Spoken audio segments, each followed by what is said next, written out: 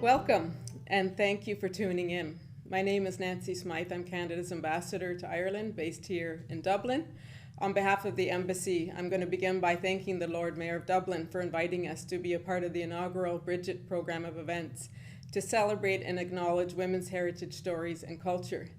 In particular, we're thrilled to be a part of celebrating the Celtic goddess Brigit, associated with creativity, including music, poetry, art, fire and water, spring and new life, protection, fertility, and healing. And absolutely thrilled to be joined by two Canadians, Emma Donoghue and Julie LeBlanc. Thanks to the growing awareness of Brigit and Saint Brigit, including in Canada, I was able to learn a lot from my first guest, Professor Julie LeBlanc, around this time last year. Julie was invited to discuss both the goddess and the patron saint with my dear friend, and indeed a wonderful friend to Canada, Dr. Eamon McGee, who's Ireland's ambassador to Canada, in honor of February 1st last year. I thought Julie could help me be a first Canadian bridge to Brigit before we turn to Emma Donoghue. Julie's a part-time professor in Celtic studies at the University of Ottawa and a fellow public servant, currently with the Department of Women and Gender Equality. Another time, I hope, Julie, that we'll have a chance to talk a bit more about some of the work that you've been doing on an issue that's very much front and center in Ireland right now, gender-based violence and Canada's strategy in that regard, and also on your responsibilities prior to this, including your work on missing and murdered Indigenous women. So tell me, Julie, tell us, how did a young woman from Quebec find herself doing an MPhil at Trinity, followed by a PhD in folklore at Memorial University, and now with the chair at Ottawa University in Celtic Studies? Well, it kind of became a love story, actually. It's a little bit of a swan song in tribute to a part of my heritage, which includes Irish ancestry on my mother's side. And at one point became completely enthralled with everything that had to do with Irish folklore and the language too. At one point, I did learn parts of the language before I went to do my master's, but eventually, when I ended up doing my master's at Trinity College, it was on Keening women, and it was focused on Middle Ages. So I was retracing basically what Keening women did, and Keening women comes from Quinu, which means to cry. So it's women who were paid or not paid to go and lament the dead at wakes, burials, and funerals. And eventually, when I came back, I wasn't too sure where I wanted to land. And finally, I ended up going to Memorial University of Newfoundland and St. John's and studying folklore. And I focused there specifically in commercial studies, but still, again, with the element of what it means to transmit stories, albeit through a particular interesting product, which was actually beer. So beer labels and the legends and the folk heroes that are actually told through it, but how people relate to it and how it kind of generates stories as well, and certain versions of narratives. So I kept going into this particular world of everything that had to do with sharing narratives and the roots of why it is that we do certain things, and have been teaching actually with the Chair of Celtic Studies now for since 2007, so well over 14 years now. So I listened to you speaking with Dr. McKee, and I was so thrilled to hear that there was this passionate woman sitting literally down the street from where I had been living and working and teaching students about all of these issues that we're going to be talking about today. And tell me about February 1st, which obviously will become a date even more known, both to Canadians and certainly for Irish, already well known. And just tell us a bit more about Brigit as a figure. Well, the 1st of February is actually coming up soon, which is the coming of spring. And if we think of Brigit, the goddess herself, she would have been worshipped around this period because of what she symbolizes, which is it's tied to fertility, it's creativity, it's renewal, it's rebirth. And because the 1st of February, especially in Ireland, is kind of the coming of spring, and there's actually a birth of livestock, it's everything that's springing to life. And we actually see this with snowdrops, with crocuses, and all these little pieces of nature that are slowly awakening from their slumber of winter. And this February 1st is actually a celebration that predates Christianity. Again, with the pagans and druids, they were actually basically focusing on the elements, which was very much tied to Northern Hemisphere calendar. So again, something that was tied to agricultural life. So again, if you are coming in, you're starting on February 1st for the renewal of spring, you're leading into May 1st, which is Beltane, and those are the fire celebrations. Very auspicious time to be pregnant as well, very fertile month. And then going into the Lunasa period, which is the 1st of August, and then ending the cycle with the 1st of November, which is Samhain. And it's the celebration of that cyclical year, which continuously generates rebirth. And Brigit herself is that embodiment too of rebirth and bringing of life. And it crosses over to Saint Brigit herself because she has those properties that are also tied to her with manipulation of weather in times of conflict. So bringing up mist if ever there were some chieftains that weren't getting along. And also providing hospice, places for women to study and to learn crafts and arts. So the craft itself is very much tied to goddess, the goddess Brigit, which was smithing, and also illumination of manuscripts. So Saint Brigit, who actually did exist, had many of the properties that were actually very much associated to the goddess, and it was transmitted into the work that she was doing. And tell us about in Canada. I mean, how well known is Brigit and Saint Brigit? First of all, I have to say, I find February 1st hugely an optimistic date, sitting here days away to be considered as the start of spring. So I salute the Irish for that eternal optimism. It will come much more quickly than we will see in Canada. But just in terms of sort of the Canadian perspectives and the Canadian knowledge and the links to the feminist legacy of Brigit and Saint Brigit in Canada. Well, with the immigration waves, especially after the famine, we're talking the 19th century specifically.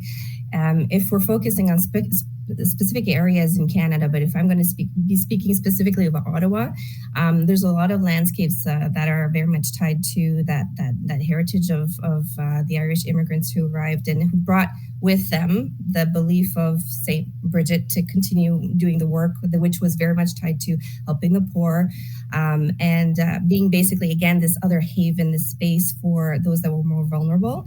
And I'm just going to pay a little tribute to Saint Brigit's Centre, which is the Centre of Irish Arts in Ottawa, but it used to be obviously a church, and very much carried out the work of the namesake of Saint Brigit, which was to help those that were in need, and the famine being very much symbolic as well with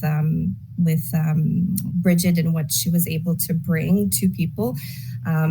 So being able to help those that were a little bit less fortunate, not able to be able to survive well during quite rough periods coming over. So we have this actual remnants of that tradition that continues, and even though in that particular center, it's now considered more of a lay center, so it's more of a cultural gathering space. The center itself is kind of symbolic to what it means to gather for folks. So St. Brigit has this very maternal quality that's tied to it, and bringing and gathering people together to be able to celebrate their traditions and continue to keep the fire alight, basically, for Irish culture in the area. Yeah, well, I think they'll find that they may attract even more interest now with we'll maybe come back to the public holiday just being recently announced in Ireland, and to once again Emma's amazing timing with and prescience in terms of the work that she's been doing. But thank you, Julie, and I'm gonna turn Emma to you. And I've learned the thanks a million expression. So again, I mean, thanks a mil for being here. It's just such an honor to have you speaking. You hardly need introduction, either in Ireland or in Canada, or for any of the international viewers that are tuning in. You're an award-winning and prolific novelist, screenwriter, and playwright. And when I was invited to celebrate Canada's heritage on the themes of importance to Brigit and women who are not only remarkable in their own right, but whose contributions amplify those women's voices and stories that Julie's been talking about in our modern time, I immediately thought of Ireland and Canada's own Emma Donoghue, and 14 novels, 17, and I may or not have this exact, but 17 books of fiction, plays, feature films, fairy tales, and even a one-act comedy, an early poet, which somehow seems to come with being Irish. I've discovered your work's been translated into over 40 languages, a long list of awards that are on your website. So my own good fortune came, Emma, with the timing of the writing. It wasn't just the world that sat in awe about your Pull of the Stars, but also specifically I was preparing for this posting and found myself with your gripping novel instantly in pandemic Dublin, without knowing it would continue to be a feature of our lives, of course, through 2021. And I've heard you speak about that timing, maybe not since we've seen ourselves, you'll know, in Ireland, just feeling that we're coming out of this and our fingers are crossed and our toes and everything else, that will in fact be, we won't be seeing a return to another variant soon. But happily we had the science, the vaccine, the healthcare now that wasn't available, of course, 100 years ago. And I was also amazed to learn on my walking tour of my neighborhood here, my new neighborhood of Ranelagh, that I'm just around the corner from Dr. Catherine Lynn's house that she lived in. And so that was just fantastic. It brought me right back to your book. So this won't be a literary interview. I don't have the skills or the expertise for that, but I did want to give that introduction. And like to come back to some of what you're working on, your many projects in just a minute, but hoping that we could just first talk a bit about your background, including your shared Canada-Irish identity, and then come to your latest movie, which brought you back here, I think, in 2021, the play that has you active there, and then maybe come back to Brigit a bit and with yourself and with Julie and your latest book, which seems to again have brought you into the spirit of where certainly minds are in Ireland and those of Irish heritage in Canada, that will be thinking more and more about those early Celtic Christian or pre-Christian times with Haven. So welcome and thanks again. First, I'm sure I'm not the only one who wants to know how you and your family and your community in London, Ontario have been faring through the pandemic. You know, as a writer, I'm mostly just home working away on my own anyway. So I can't claim that the pandemic, you know, shattered my way of life the way it did for so many people. So we've been incredibly lucky. And above all, I'm so grateful that our teenagers are still teenagers and still with us, because I'm a very extroverted writer. So, you know, even though Chris and I have been making great conversation for almost 30 years, it helps to have a few other people around as well. So I've so appreciated having a house of 4 people to talk to, you know. We've been fine. We recently all had COVID, but very luckily in a very mild way, having had, you know, 3 vaccines. So I really can't complain at all. And it's funny with these online events, isn't it? That at first, I remember when the Pull of the Stars came out in the summer of 2020. Yes, 2020. Yes, as you mentioned, I wrote a pandemic novel by accident, in that I really thought I was writing about Dublin in 1918, and then it just happened. The book happened to be finished just before COVID. But the nice thing is, doing those online events to publicize it, which at first seemed like some, you know, kind of desperate measure. Let's try doing the event online. And now this has become a permanent part of the repertoire of every cultural institution I know. And it's really interesting how these events reach people who were not making it to the in-person events, people who live in the countryside, you know, people at home with small children or looking after elders, people who only have the time to access the event afterwards at their own convenience. It's really interesting how it makes us realize that live events, for all their wonderful interaction, they were not reaching everyone. So I'm delighted to take part in an event like this, you know, on a snowy morning in Ontario, getting to be part of Dublin. And the celebration of the new bank holiday is just fantastic. Oh, wonderful. Yeah, and as you say, I mean, I think this kind of interaction is here to stay.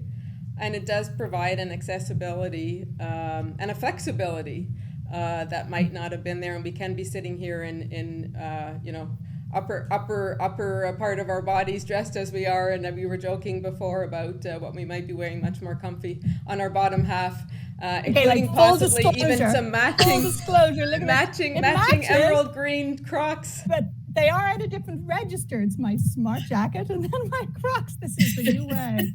And the paradox with authors has always been that we make them stop writing and go on the road to publicize their work, when very often it would make more sense for them to be allowed to stay home and write. So again, online events, they ask less of you in terms of travel. I'd been feeling guilty for many years about the environmental cost of my book tours, and so it makes a huge amount of sense to do it from home, but an event like this, which is all about kind of spanning several cultures, it's just lovely to be able to do it in this way.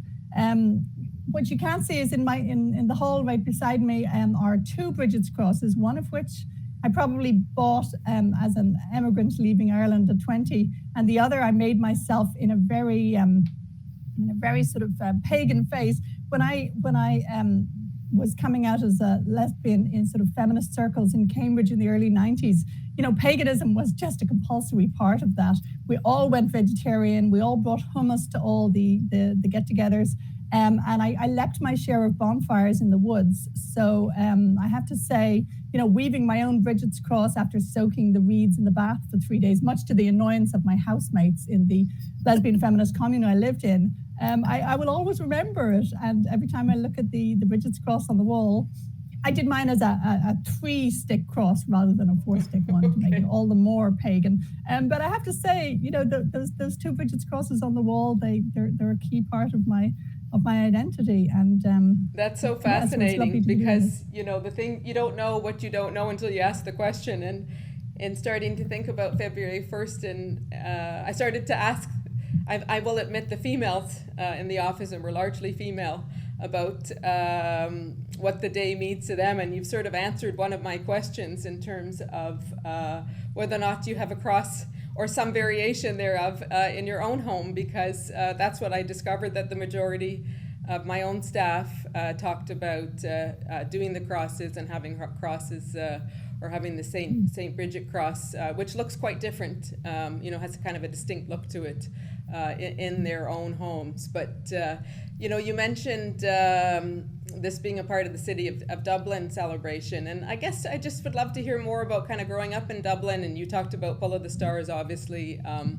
I know from looking at some other interviews that you attended Muckrow Secondary School, which I go past regularly on my on runs, and UCD you've mentioned in many exchanges and many walks that you've enjoyed with your much mislate father, well-known Dennis Donoghue, the literary critic on the Donoghue Pier. So just a little bit about Dublin and the flavour of Dublin to you. Sure. I had a lovely upbringing there, I have to say. It's been a UNESCO City of Literature before, and it did feel like a very bookish city, a city in which people read and went to the theatre. So I have a lot of early memories of the great bookshops of Dublin, like Hodges Figgis, of my father pointing out places that were associated with writers, the Martello Tower that Joyce lived in, that sort of thing.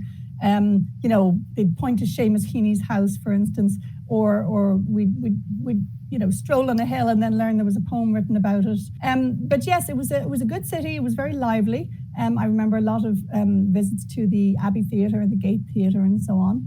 And it felt as if Dublin was this international city, but within a very conservative Irish country. So when I think of the 1980s, there are many moments I remember sort of thinking, get me out of here. But it wasn't specifically Dublin. It was the older Ireland, shall we say.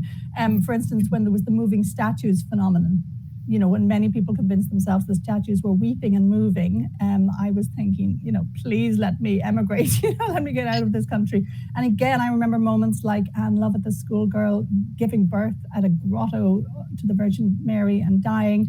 And I had many moments, especially in the lead up to the two anti-abortion campaigns of the 80s and the referenda, there were many moments when I thought this is a country in which women are prisoners, So Irish history has always troubled me in that way. And it's interesting, Brigit is a traditional name for an Irish maid abroad. So it's a name that, so many Irish women have borne. And I take a huge interest in Irish history, but I have to say often the ways in which women come up in the stories would give you the shudders, The Pull of the Stars is full of women having just so many babies that the death rate for Dublin babies in 1918 was worse than for the men in the trenches serving in the war. So, my mother had 8 children and luckily plenty of food and plenty of medical care, so she wasn't destroyed by it. But so many women were effectively, damaged by the relentless kind of pressure to breed of Irish Catholic womanhood. So I think, for all we celebrate traditions such as the Brigid's Cross, I think we also have to remember that many aspects of Irish cultural tradition have been just appalling for women. So I think it's a very interesting kind of, rethink and a new look at our history that a lot of us are doing these days. We can't be sentimental about Irish womanhood. There's been an awful lot of, damage done. Yeah, I mean, I've heard it told to me so many times, people sort of my own age to say, the country I grew up in is not the country now. And I think the naming of this holiday is going to provoke just some really interesting discussions about people's own memories, about their families' memories and stories that have been passed down. Just coming back to sort of your own journey then, I know you spent 8 years in the UK. I love the little tidbit that I've heard about the 1 year in New York, that was kind of a fantastic experience. But I also, of course, particularly loved hearing you describe that then becoming Canadian crept up on you. And yes, and I just happened to fall in love with a Canadian in Cambridge and followed her to Canada. And to be honest, it's been such a wonderful home for me because Canada not only has a lot of immigrants, but it seems to be able to let them move to the center of Canadian culture fairly soon. I mean, I pretty much just arrived when the bookstores were saying, can we put Canadian author stickers on your books? And I remember thinking, wow, I thought it would take me 20 years before there'd be any chance of that. We were very keen to put you on our own stamp, yeah. Yeah, and of course, there's plenty of racism in Canada, so I'm sure it depends where you're coming from. Yes. There are different stereotypes, but the stereotypes that applied to Irish writers clearly were very positive ones. So I have had nothing but a warm welcome here. And it's been really possible for me to keep up an Irish identity as well as forming a new Canadian one. So I'm a very, very sort of happy citizen of both countries. That is an example. When I wanted to become a Canadian citizen, I realized that if it was America, I would have to choose, which identity to hold on to. But it being Canada, of course, I was allowed both. So I have found Canadian identity to be a hugely sort of accommodating, a wonderfully loose thing, frankly, which lets a lot of us have it both ways, I think that's a great way to describe it. Our loose identity and hopefully a big enough tent for everyone. And Indeed. Again, these terms around diversity and inclusion are very popular. They warrant a lot of discussion. And there's not everyone who will agree. And as you say, we certainly have our own shame in our own history and our own racism and issues to continue to conquer in our own country. But certainly we're very proud to call you Canadian. And notwithstanding, I know a lot of your certainly your inspiration or a lot of your backdrops are remain in Ireland. Although I know you did a story landing on a Canadian and Irish romance, and that one is very much on my list that I learned about in researching and speaking to you. So maybe just a bit about everything you've got going on right now. You in addition to managing through the pandemic, which it sounds like you've managed through about as well as you could. You've got the release of Wonder on Netflix coming out this year. Filmed in Ireland. You've got a musical production of Room, very well known work of yours, and you've got the release later on of Haven. I mean, do you ever just kind of step back and marvel at how much you got going on, Emma, or I just frequently say or to do you myself, just sort of take it all in stride? You strike me as a very much a just take it all in stride kind of person. I take it all in stride, but I regularly say to myself, will my luck never run out? You know, what a lucky bugger I am. I, for instance, I did not have to spend many years doing another job first. So many writers come to this business late, and often they're bringing the kind of wealth of wisdom of a lifetime. But I was able to just do this from the beginning. I went at 20, I went off to Cambridge on a scholarship, which had been for the sons of the Irish Protestant clergy, but luckily they had run out of them. So they had extended it to lots of Catholic girls. And really, I've been writing fiction since 19, and I've never had to get a sort of real job. So yes, I'll briefly take you through this year. So the Play of Room, which began with a production in Ireland, Scotland and England. It was on at the Abbey Theatre a few years ago, which was such a joy to me to have a play on in my own national theatre. So we've now reworked it, and it's getting its North American premiere here in London, Ontario, where I live, and then in Toronto. And it was cancelled on opening night 2 years ago because of COVID, and then it was meant to happen this month, and of course we've delayed it again. So I'm praying it'll happen March and April here. And then my novel, The Wonder, which is set in Ireland in the 1850s, it was filmed in Wicklow and Dublin in the summer, and I got to, after a long period of not traveling at all, I got to fly to Ireland and visit the set on 9 separate days, and it was just magic. The perfectionism of every aspect of it. I'll give just one example of the design team. They wanted on the walls of the pub to have, the right kind of objects, even if you'd never look close up at them. So they found that there's a thing called a god in a bottle, which the Irish traveller community used to sell to the settled folk as Catholic kitsch.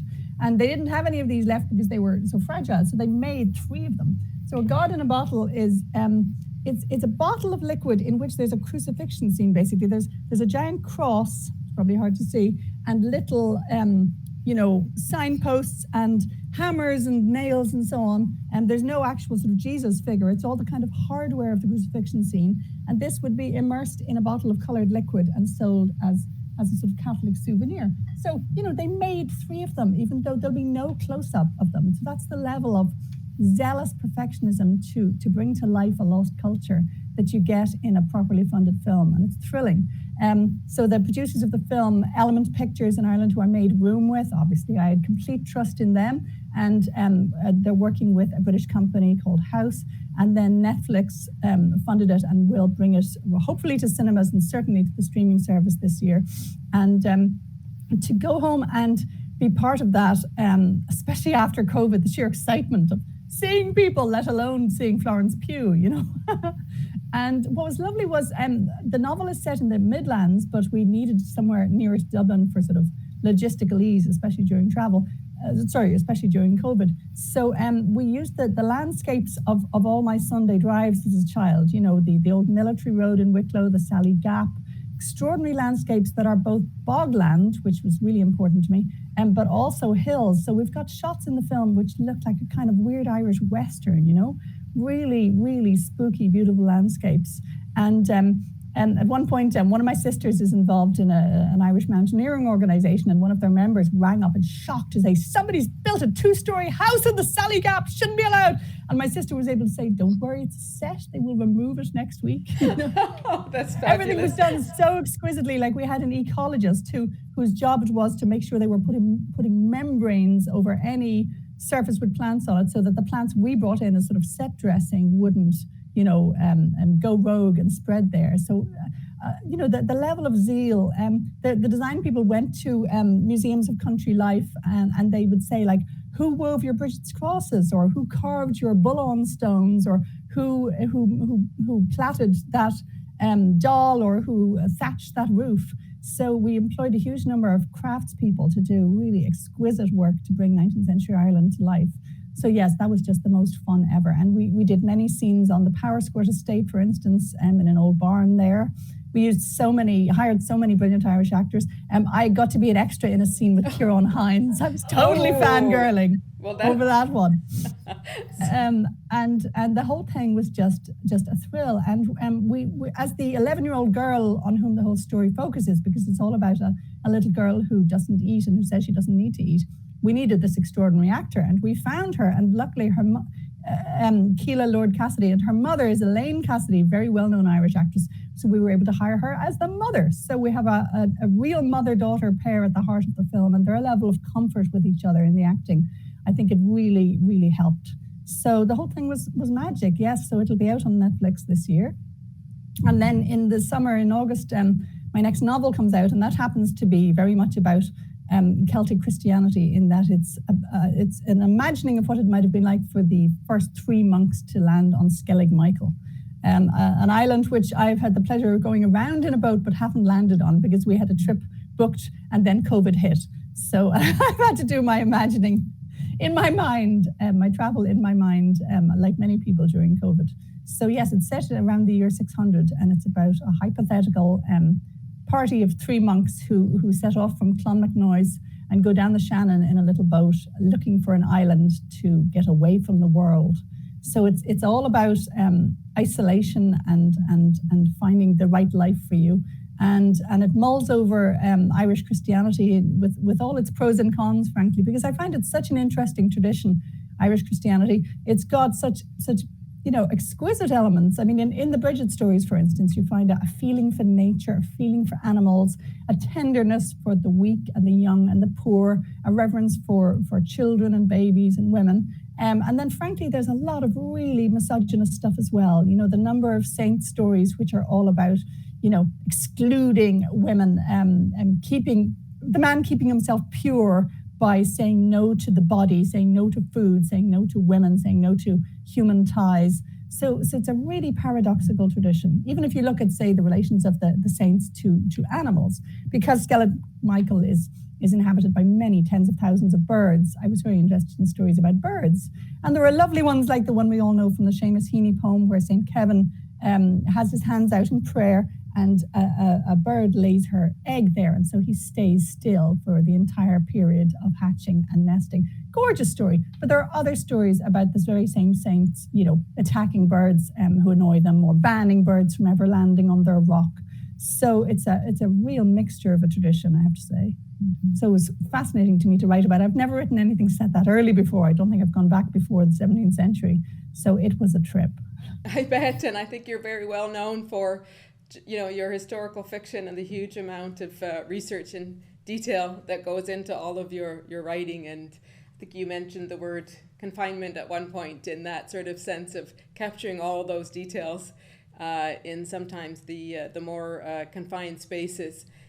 We're here talking about Brigit and St. Brigit. So, I mean, I would just love to hear you talk a bit more, and you've talked a little bit about it already, but some of these characteristics and these traits that Julie's talked about. I mean, one is really struck by how much of your writing, and, I believe deliberately so, really does speak to the caregivers and the healers and the nurturers, and that sort of role of women, not necessarily the famous women, as you've said, the everyday women, and as we sit here and and think about this February 1st as a holiday that's coming up, I would love to hear you talk some more about that. You've talked about Haven and the three monks, so we'll have to read the book to see how much that female figure or the feminine characteristics figure in, because I think we want to think about some of that gender in a more fluid way, but.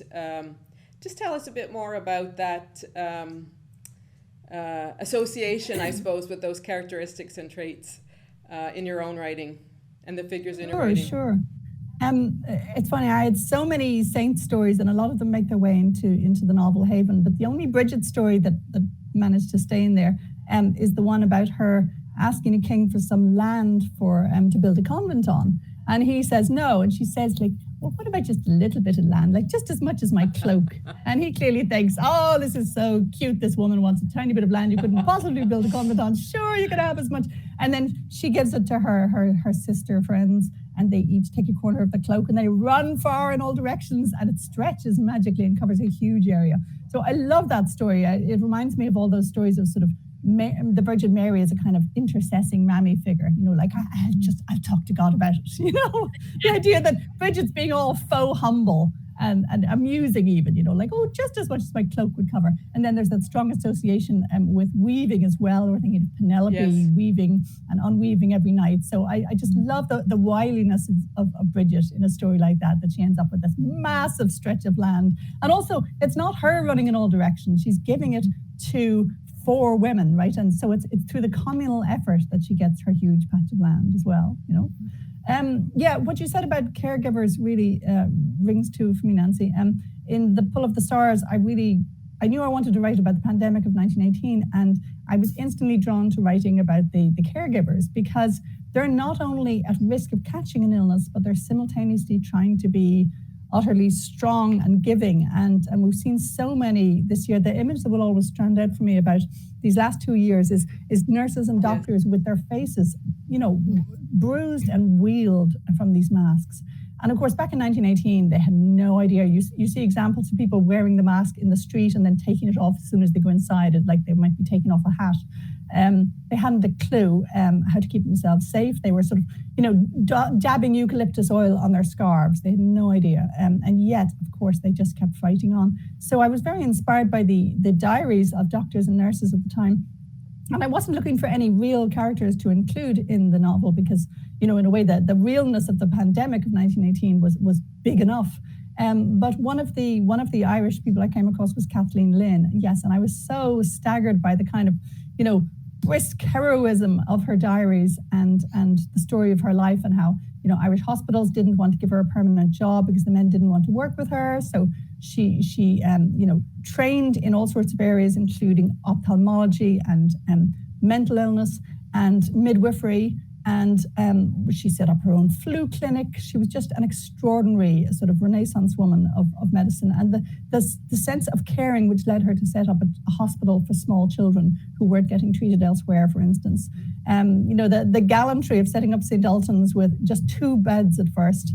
And it had a built-in program of the mothers would get a holiday while the child was in hospital. That's truly holistic healthcare there. Yeah. And she felt they needed fresh air, so she had little beds set up on the roof, and she had goats to provide goat's milk. So she was sort of a 20th century Brigit figure with her sheer, her wiliness, frankly, for working within the system in order to give care to the needy who weren't getting looked after elsewhere. So she to me was a hugely important figure. And I noticed I've now written novels about nurses twice. The Wonder is all about a nurse too. And there's something about the job of nurse which fascinates me, because it's traditionally very important and yet very low status, low paid, because it's often been seen as just sort of what women should be doing anyway, looking after the world. So they're really interesting figures. They couldn't be more important, and yet they don't get the rewards they should. There's so much of what you've said about your dives into history, and then the relevance for today. Your mention of the sort of modern day or more modern day Brigit, and I think that's really what hopefully this holiday will all be about. And Julie, I just want to come back to you just in terms of sort of thoughts and comments on what you've heard, and just what would you want the discussion to be about as Ireland approaches its first recognition and celebration. We haven't even mentioned Paddy's Day, I was going to say, the sort of, I think to some extent sort of allowing for more space, for that celebration of Brigit and Saint Brigit in the coming marking of the holiday. But it's not that I'm expecting any disagreement from either one of you on whether or not amplifying her voice and what she stood for, or their voices and what they stand for. But Julie, just any kind of closing thoughts from you? Well, actually, I was thinking about St. Patrick's, the fact that, yes, Patrick himself is not even Irish he wasn't Irish born, whereas Brigit the Saint is, and her own upbringing, she was, her father was a nobleman, but he sold her and her mom to Druids, so she was a part of this, basically there were slave castes, the Kumals that existed at the time, and so her own upbringing kind of like being all overshadowed with how men did treat in reality women, as Emma had mentioned. The reality was very, very different from what we see today, but still there's a ways to come, right? And to see that the national patron saint is Patrick, but we've got the patroness saint, Brigit, who's actually closer to what the embodiment of Ireland is, and referring to Ireland too as being female. The stories behind the island itself is very much ingrained into the feminine. I think that there's a lot of space to explore all of the resiliency, the strength, moving beyond as well just the expectations of caregiving, but also the space that women have occupied to move the needle on many issues.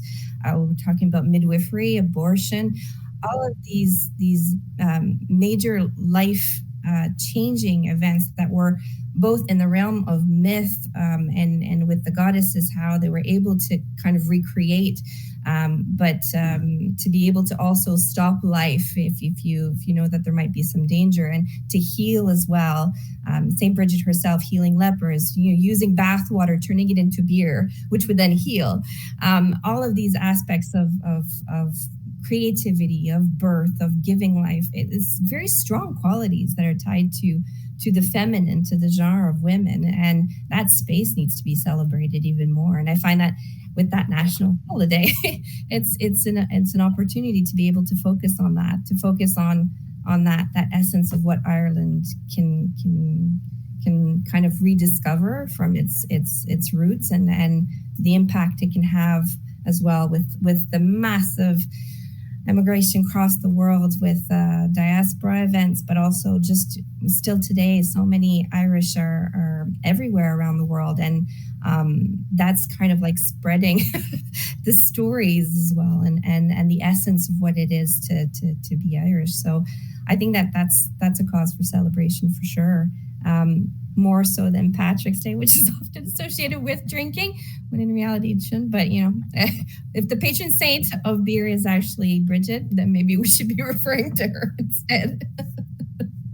Well, we won't take away the March 17th from the Ireland, but I think the addition of Brigit, and particularly the opportunity that's going to be there, Emma, with your latest book, to learn more about a period of time that I think we're all anxious to do. I'm waiting to get my hands on it. I think if there's anybody who's watching who hasn't by any remote chance already read one of your books, I would say, don't walk, run to get one. There's a long list to choose from. It's been such an honor to have both of you here with me, helping us to think through some of these issues. I'm so tempted to unpack this word, the feminine, and what that means, and the feminist traditions that are there. I think what we have to look forward to are many years of this to come, and hopefully, some of that stock taking around our collective histories, and further amplification of these stories that need to be told, whatever century they're in, including in our modern day world. And I'm really looking forward to the many other events that the City of Dublin is going to be holding. I wanted to also just give, before we go, a shout out to the St. Brigid's Festival. You mentioned the centre in Ottawa, Julie, but also there's a St. Brigid's Festival that will be celebrated again in Vancouver. So those tentacles also carry out across the country. This is going to include a presentation with EPIC, the Irish Immigration Museum, which is known and loved by many of us here in Dublin, on the Brigit Cole story, to be presented by her partner Chris Morrissey. And their work will be introduced by Dr. Maurice Casey, curator of the Out in the World, Ireland's LGBTQ plus diaspora exhibit at EPIC. So lots to chew on, lots to tune in for closer to home, I will be looking forward to celebrating and participating more in the City of Dublin's celebration. I'm hoping, Emma, we're going to be looking forward to another visit in 2022, and you'll let us know at the embassy when you arrive back on this part of your home shores. And just that celebration of other remarkable women. And again, just a huge thanks to you for all that you do, for all that you are, for your Canadianness and for your Irishness and for the celebration of Brigit that your work allows us to do. It's been lovely, Nancy, and thanks so much, Julie, for taking part in this. Thank you, Emma. Thank you, Nancy.